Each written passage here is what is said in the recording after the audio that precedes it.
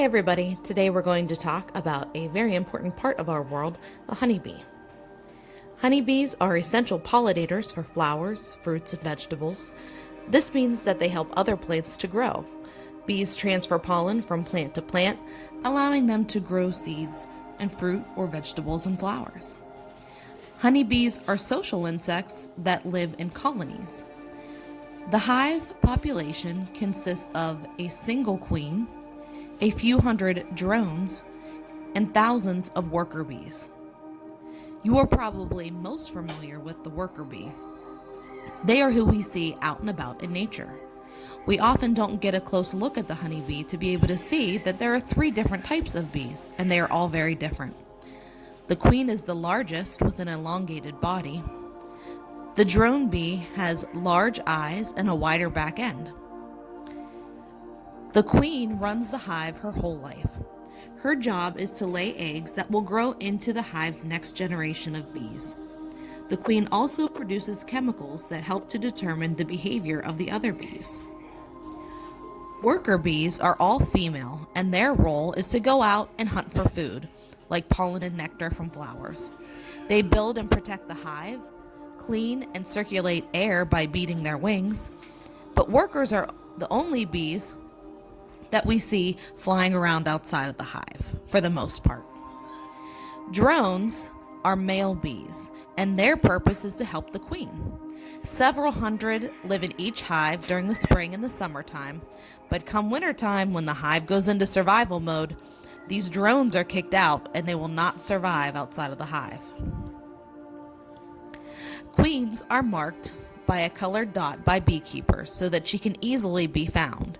But did you know that the color of her dot also lets the beekeeper know what year she was born and when she became the leader of her hive? Here's a video of our beekeeper friends, the Hoovers, and a new queen bee being born in one of their hives.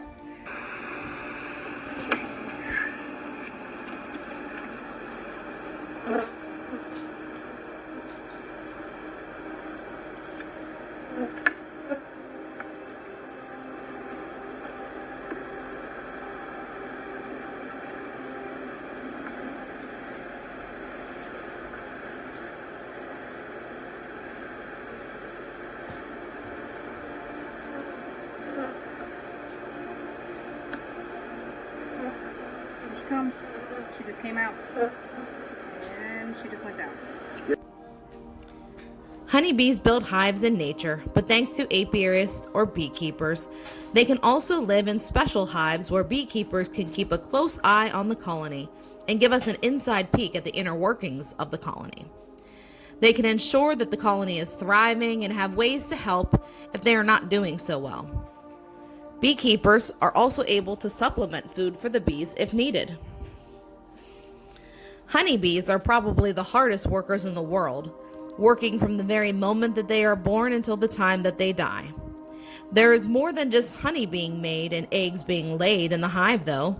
Did you know that the bees' constant movement and buzzing in their hives actually acts like their own heater for colder days? Did you ever notice that you don't see many bees when it's chilly outside and that you don't see them during the winter? That's because the bees are busy keeping themselves and their queen nice and warm in order to survive. Do you know how bees make honey? Many of us don't think about it, but the process and time that it takes to create honey that is harvested from their hives will certainly make you appreciate the bees. When bees collect nectar, they use a long tongue that can slide down inside of the flower and suck out the nectar like a straw. They store the nectar in a second stomach that's also sometimes referred to as their honey stomach, which does not digest the nectar. The honey stomach can hold almost the entire weight of the bee itself. When the worker returns to the hive with the nectar she has collected, there will be another bee waiting. This bee is often referred to as a house bee. Her job is to get the nectar out of the stomach of the other bee. Once that nectar has been transferred, the house bee will chew it for about 30 minutes, and while chewing, she actually adds an enzyme to the nectar to break it down and form a simple syrup. Once this process is complete, the worker will distribute the syrup over the comb of the hive. This is accomplished by spitting the nectar that she has chewed for the past half an hour. She will deposit that inside the cells of the honeycomb. Then she spreads the tops out to maximize the surface area so that the water can continue to evaporate from the honey syrup and make it thicker over time. Bees also help reduce the water content by fanning the honey with their wings.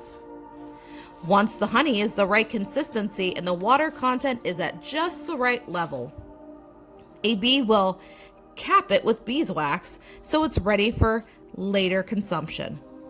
Bees excrete a substance from their abdomen which actually caps the honey. This comes from wax glands on their abdomens. The glands will push out sheets of scales which dry to form beeswax. Did you know it takes 2 million flowers to produce 1 pound of honey? Have you ever seen or heard someone talk about a swarm of bees? This is a colony of bees that have lost their home for one reason or another. It is important to remember that the bees are in survival mode and are actually in their most docile state. They are not looking to harm anyone or anything. So if you see a swarm, know that those bees need help and you can call a local beekeeper that will come and rescue the colony and help to ensure their survival. Now let's watch a quick excerpt from PBS about our friends the honeybees. A healthy hive of honeybees functions like a perfect and fluid organism. At the center of all activity is the queen. An egg-laying machine, the queen is actually a slave to her duties, laying up to 2,500 eggs a day, as many as 2 million in her lifetime.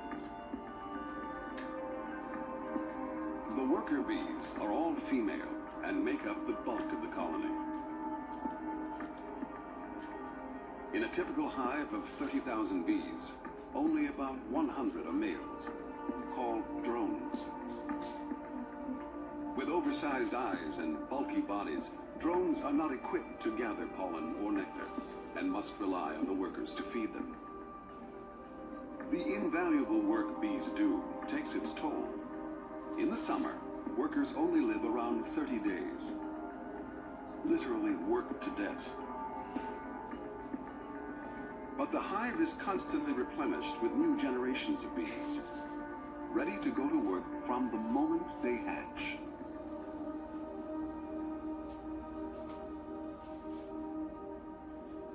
When a bee is 3 weeks old, she becomes a forager and will spend the rest of her short life collecting nectar and pollen. She'll fly up to 3 miles away and, amazingly, always return to the same hive. When she discovers an abundant pollen source, she'll recruit other foragers through a most unusual form of communication, a dance. She informs the other bees that food is available and that food is in such and such a direction from the hive and is at such and such a distance away from the hive. And those pieces of information, distance and direction, are encoded symbolically in movements and sounds that she produces. Turn right at 100 feet. Take a left at 50 feet. The waggle dance is the only known symbolic language that exists outside the realm of humans and lower primates. There's really nothing that compares to the dance language of the honeybee. Sadly, over the past 15 years, colonies of bees have been disappearing, and the reason remains unknown. Referred to as colony collapse disorder, billions of honeybees across the world are leaving their hive never to return. In some regions, up to 90% of bees have disappeared. So what can you do? We can plant flowers and herbs that bees can waggle about, help to maintain their food sources. Bees also need to take a break and stop for water occasionally, so making a small bee watering garden is a great idea. This will also serve as a spot for butterflies to stop by for a quick, refreshing sip of water. All you need is a terracotta plate and some rocks. Fill it with water, allowing the tops of the rocks to be exposed to give bees and butterflies a place to land. I hope today that you learned a little bit more about honeybees that maybe you didn't know. And I hope that you'll be willing to do your part in helping to save the bees. Have a great day, everybody.